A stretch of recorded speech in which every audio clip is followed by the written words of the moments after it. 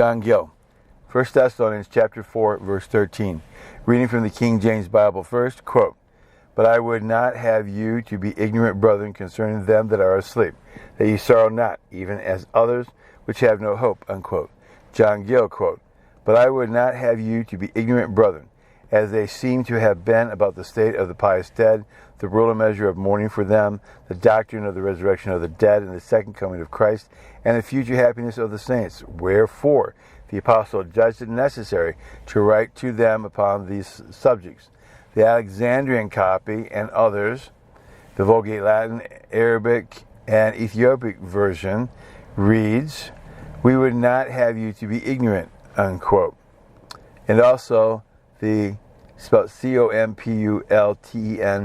Compultensian edition also reads the same.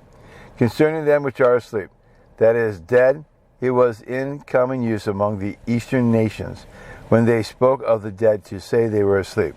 This way of speaking is used frequently both in the Old and New Testament.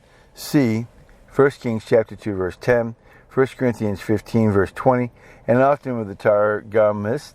So the Targum and Ezekiel 3:4, "a time to weep," paraphrases it, "a time to weep over them that are asleep."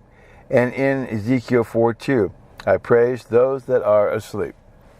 The dead, the reason of this, the way of speaking, was because there is a likeness between sleep and death.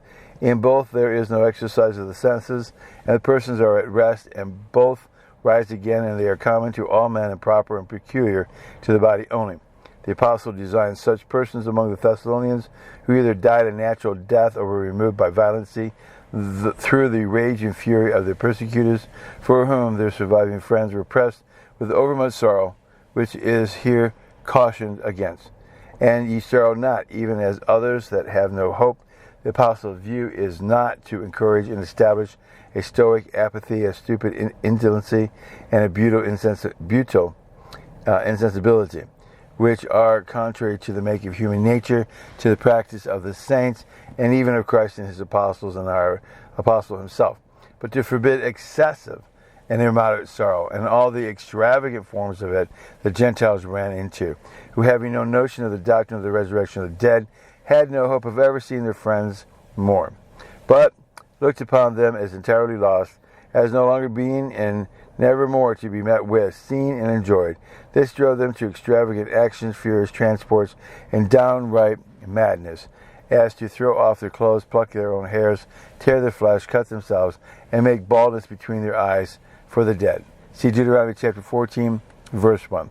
Practices forbidden by the Jews, and which very ill became the Christians that believe the doctrines of the resurrection of the dead. The words are to be understood not of other Christians who have no hope of eternal welfare, of their deceased friends, not but that the sorrow of those who have a good hope of the future well-being of their dear relatives must and ought to have great difference from that of others who have no hope at all. It is observed by the Jews on those words in Genesis chapter 23, verse 2, "And Abraham came to mourn for Sarah," etc. That it is not said to weep for Sarah, and to mourn for her.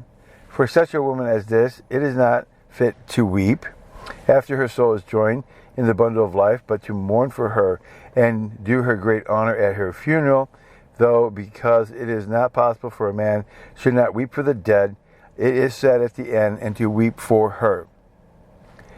But here the words are to be understood of the other. Gentiles that were in a state of nature and unregeneracy, that had no knowledge of the resurrection of the dead, or the hope of the future state, or of enjoining their friends in it, they are called the rest, and the Syriac version renders it other men, unquote. Scripture quote, "But I would not have you to be ignorant, brethren, concerning them that are asleep, that ye sorrow not, even as others which have no hope." And of 1 Thessalonians chapter 4, verse 13.